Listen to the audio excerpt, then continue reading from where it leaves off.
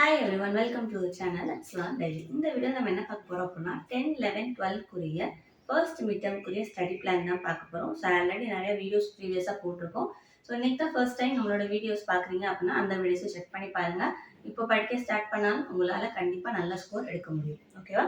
So first பார்த்தீங்க அப்படின்னா நம்மளுடைய 12th ஸ்டாண்டர்ட்க்கு deduce the relation for the magnetic field at a point due to an infinite long straight conductor carrying current using Biot-Savart law.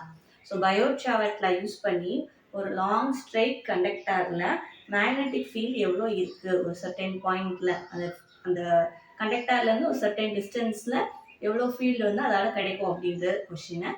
So ரொம்ப இம்பார்ட்டண்டான question. So இன்றைக்கி அதை பார்த்துக்கோங்க. Diagram, கொஞ்சம் description with equation, final equation என்ன வருது அப்படின்றது. ஓகேவா?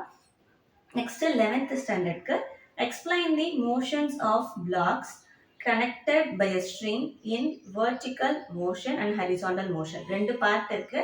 அதில் எனக்கு vertical motion மட்டும் படிங்க. நீங்கள் ரெண்டு பிளாக்ஸ் கனெக்ட் பண்ணி, அதாவது ஒரு புள்ளி வழியாக ரெண்டும் ஹேங் ஆகாமல் போட்டிருப்பாங்க. ரெண்டும் சேம் டைமில் ரிலீஸ் பண்ணும்போது ஹெவியாக இருக்க ஆப்ஜெக்ட் கீழே மூவ் ஆகும், லைட் வெயிட்டாக இருக்க மேலே மூவ் ஆகும். ஸோ இப்படி இருக்கும்போது நம்மளோட அக்ஸலரேஷன் வேல்யூ எவ்வளோ இருக்கும், டென்ஷன் எவ்வளோ இருக்கும் அப்படின்னு சொல்லி கால்குலேட் பண்ணியிருப்பாங்க அதில். ஸோ அந்த கொஷினை, ஸோ அந்த ரெண்டு கொஷின்ஸுமே ஆல்ரெடி நம்ம வீடியோஸ் போட்டிருக்கோம். அந்த வீடியோஸை பிளேலிஸ்ட்டில் செக் பண்ணி பார்த்துக்கோங்க. நெக்ஸ்ட் பார்த்தீங்கன்னா 10th ஸ்டாண்டர்ட்க்கு what is refractive index, state Snell's law, draw a ray diagram to show the image formed by a convex lens when the object is placed between f and 2f, define dispersion of light, state Rayleigh's law of scattering. இந்த 5 short answers மட்டும் படிச்சுக்கோங்க.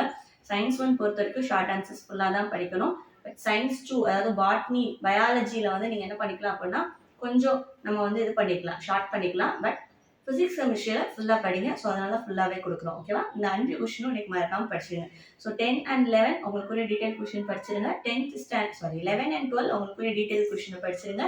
10th standard உங்களுக்கு short answer, first 5 short answers in second லெசனை மறக்காம cover பண்ணிருங்க. ஓகேவா? Thank you.